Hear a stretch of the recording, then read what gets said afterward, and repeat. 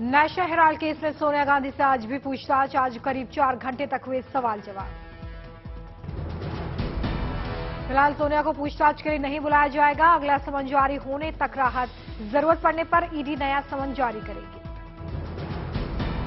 3 दिनों में सोनिया गांधी से ईडी करीब 12 घंटे तक पूछताछ कर चुकी है। सूत्रों के मुताबिक सोनिया से पूछे जा चुके हैं अहम सवाल। कांग्रेस ने सोनिया गांधी को तलब किए जाने का मुद्दा बनाया आज भी कांग्रेस का देशव्यापी सत्याग्रह। अजय माकन ने किया पलटवार, कहा जिन विपक्षी नेताओं पर केस दर्ज थे, बीजेपी से जुड़ते ही केस कैसे हो गए गायब। केंद्रीय मंत्री अनुराग ठाकुर ने कहा कि गांधी परिवार में भ्रष्टाचार नहीं किया तो डरा क्यों, इतना बवाल क्यों किया जा रहा है। बीजेपी अध्यक्ष जेपी नड्डा ने कहा कि कांग्रेस एक परिवार को बचाने की कर रही है कोशिश। गुजरात में जहरीली शराब से हुई मौत पर आम आदमी पार्टी सांसदों का संसद में प्रदर्शन, गुजरात सीएम के इस्तीफे की मांग। संसद में आज भी विपक्ष का आक्रामक रवैया, 19 सांसदों के निलंबन के विरोध में प्रदर्शन हुआ। आप सांसद संजय सिंह राज्यसभा से इस हफ्ते के बाकी दिनों के लिए सस्पेंड, पेपर फाड़ने और नारेबाजी करने का आरोप। पीएमएलए कानून यानी कि prevention of money laundering act और ईडी की शक्तियों पर सुप्रीम कोर्ट का फैसला, ईडी के अधिकार बरकरार। सुप्रीम कोर्ट ने पीएमएलए कानून और ईडी की शक्तियों पर सवाल उठाने वाली कुल 240 याचिकाएं, कोर्ट ने कहा कि गिरफ्तारी की प्रक्रिया मनमानी नहीं। कोर्ट ने कहा कि आरोपी को शिकायत की कॉपी देना जरूरी नहीं। फाइनेंस बिल के जरिए किए बदलाव को 7 जजों के बेंच के पास भेजा। पश्चिम बंगाल में टीएमसी विधायक माणिक भट्टाचार्य ईडी ऑफिस में पेश हुए, शिक्षक भर्ती घोटाले में हुई पूछताछ। ईडी ने आरोपी पार्थ चटर्जी से अर्पिता के घर से बरामद काली डायरी और हवाला से जुड़े सवाल किए। कुछ कारोबारियों से रिश्ते पर भी सवाल जवाब हुए, लेकिन सीधा जवाब नहीं मिला। बीजेपी सांसद दिलीप घोष ने टीएमसी पर किया वार, कहा क्या आपने लूटने के लिए जनता से हासिल किया है वोट। शिक्षक भर्ती घोटाले पर पश्चिम बंगाल के विधानसभा स्पीकर बिमान बनर्जी ने साधी चुप्पी, मामले को बताया विचाराधीन। मंत्री पार्थ चटर्जी के हॉस्पिटल ट्रांसफर में कोलकाता हाईकोर्ट से मिली मदद से उत्साहित है ईडी की टीम। अब दिल्ली में केजरीवाल के मंत्री सत्येंद्र जैन के खिलाफ अपनाया यही फॉर्मूला। ईडी ने दिल्ली हाईकोर्ट में दी है याचिका। केजरीवाल के मंत्री सत्येंद्र जैन को दिल्ली सरकार से संचालित अस्पताल के अलावा एम्स या किसी और हॉस्पिटल में मेडिकल जांच के लिए ले जाया जा सकता है। 6 जुलाई को निचली अदालत ने ईडी की इस मांग को खारिज कर दिया था। अब ईडी ने दिल्ली हाई कोर्ट में निचली अदालत के फैसले को चुनौती दी। मनी लॉन्ड्रिंग विवाद में शिवसेना सांसद संजय राउत से आज ईडी की पूछताछ नहीं, पात्राचार की जमीन से जुड़ा है विवाद। शिवसेना में छिड़े घमासान के बीच आज उद्धव ठाकरे का जन्मदिन, 62 साल के हुए उद्धव ठाकरे।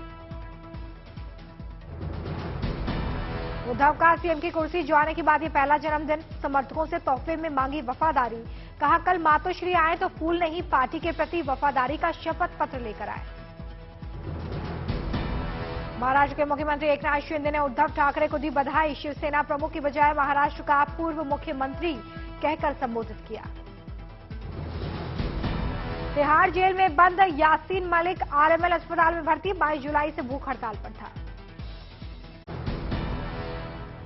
जम्मू कश्मीर क्रिकेट एसोसिएशन से जुड़े घोटाले में ईडी ने फाइल की चार्जशीट में जम्मू कश्मीर के पूर्व सीएम फारूक अब्दुल्ला का भी नाम। ईडी ने फारूक अब्दुल्ला को जारी किया नोटिस, 27 अगस्त को पीएमएलए कोर्ट में पेश होने का निर्देश। पटना में लालू प्रसाद यादव के करीबी भोला यादव को सीबीआई ने किया गिरफ्तार, रेलवे भर्ती घोटाले का मामला। रेलवे भर्ती घोटाले में सीबीआई की छापेमारी, दरभंगा और पटना में तलाशी। दक्षिण कन्नड़ में बीजेपी युवा मोर्चा के नेता की हत्या, दुकान से घर लौटते वक्त हमला। विद्युत मंत्रालय के कार्यक्रम में आरजेडी विधायक की फिसली जुबान, कहा मनमानी करने वाले बिजली विभाग के अधिकारियों और कर्मचारियों की करेंगे पिटाई। पटना में पेट्रोल पंप पर पिस्टल तानने वाले 2 अपराधी गिरफ्तार, इनमें से एक हत्या के केस में जा चुका था जेल। नशे के कारोबार के खिलाफ उत्तराखंड पुलिस को बड़ी सफलता, 60 लाख की कीमत के स्मैक के साथ 2 गिरफ्तार। आगरा में करगिल शहीद के घर 2 बदमाशों ने लूट की है। बच्चे की गर्दन पर चाकू रखकर वारदात को अंजाम दिया। मध्य प्रदेश के राजगढ़ में जहरीले कुएं का पानी पीने से 2 लोगों की मौत, 18 से ज्यादा लोग बीमार। नोएडा के मेट्रो अस्पताल में इनकम टैक्स की छापेमारी, अस्पताल के कागजात खंगालने में जुटी आईटी विभाग की टीम। लड़कियों की तस्करी मामले में अलीगढ़ पुलिस ने 5 लोगों को गिरफ्तार किया है। शादी के नाम पर लड़कियों को लाने का रेप। गुजरात के सुरेंद्रनगर में 2 गुटों में मारपीट, दिन दहाड़े सड़क पर भिड़ंत।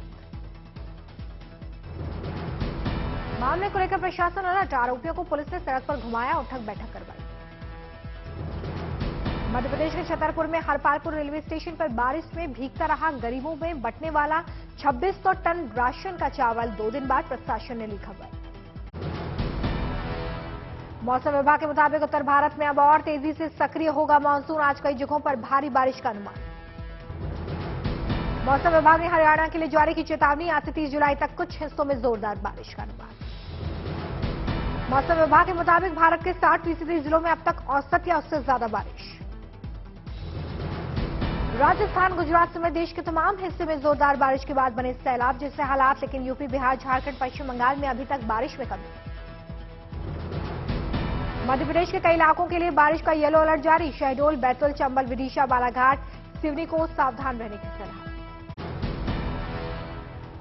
मध्य प्रदेश के रायसेन में भारी बारिश के चलते शहर में बने बाढ़ जैसे हालात, यातायात प्रभावित। रामबन में लगातार हो रही लैंडस्लाइड की घटनाओं के चलते जम्मू कश्मीर हाईवे हुआ बंद, आने जाने वालों की परेशानियां बढ़ी। रामबन में हाईवे पर फंसे अमरनाथ यात्रियों का किया गया रेस्क्यू, चंद्रकोट के यात्री निवास स्थान पर शिफ्ट किए गए। हैदराबाद में हिमायत सागर के 8 और उस्मान सागर के 13 गेट खोले गए हैं। बारिश के बाद ऊपरी इलाकों में पानी आने की वजह से लिया गया फैसला। तेलंगाना के रंगारेड्डी जिले में पुल पर आया अचानक पानी के बहाव में फंसा युवक सवार, बाइक सवार एक युवक, पुलिस ने कड़ी मशक्कत के बाद उसे बचाया।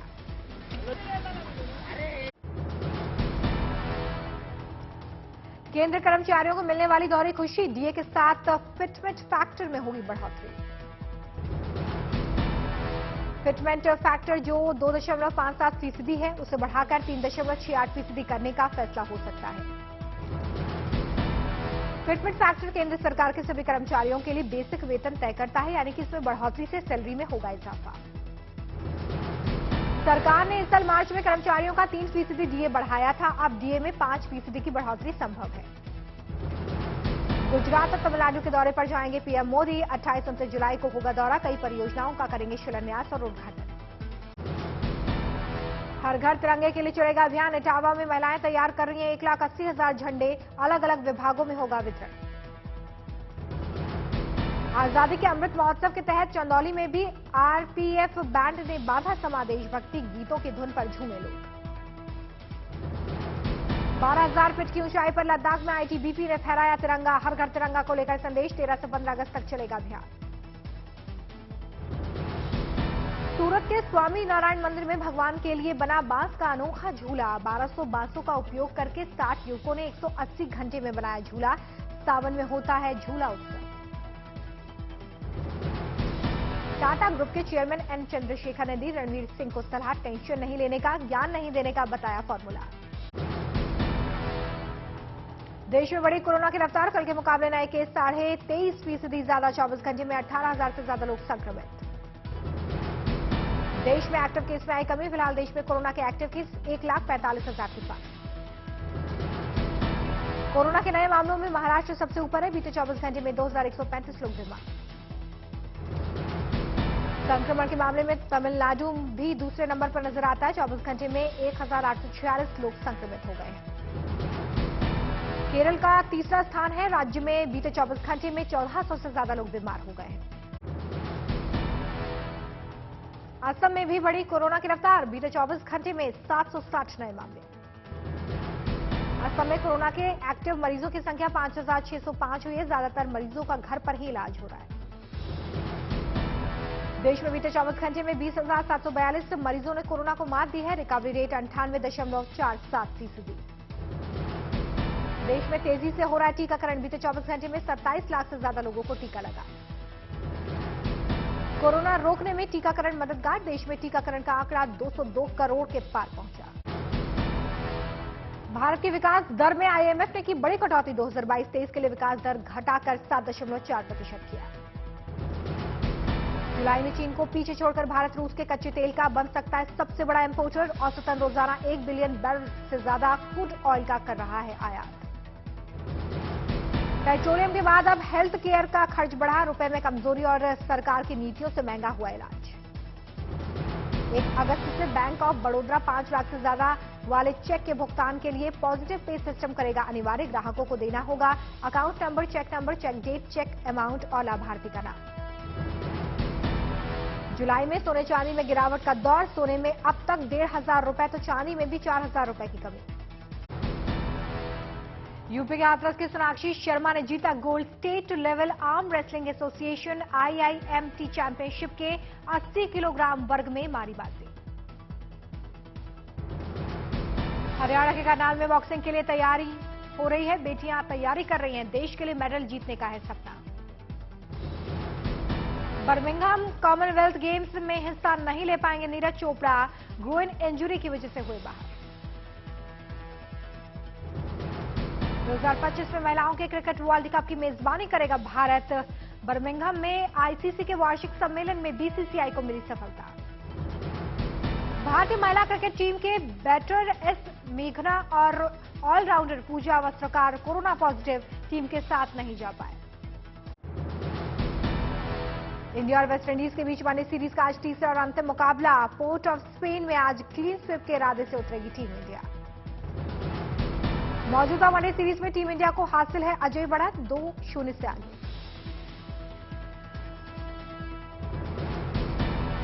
वेस्टइंडीज और टीम इंडिया के बीच में वनडे सीरीज के अब तक दोनों मुकाबले हाई स्कोरिंग रहे हैं। दोनों में 300 से ज्यादा का लक्ष्य दिया गया।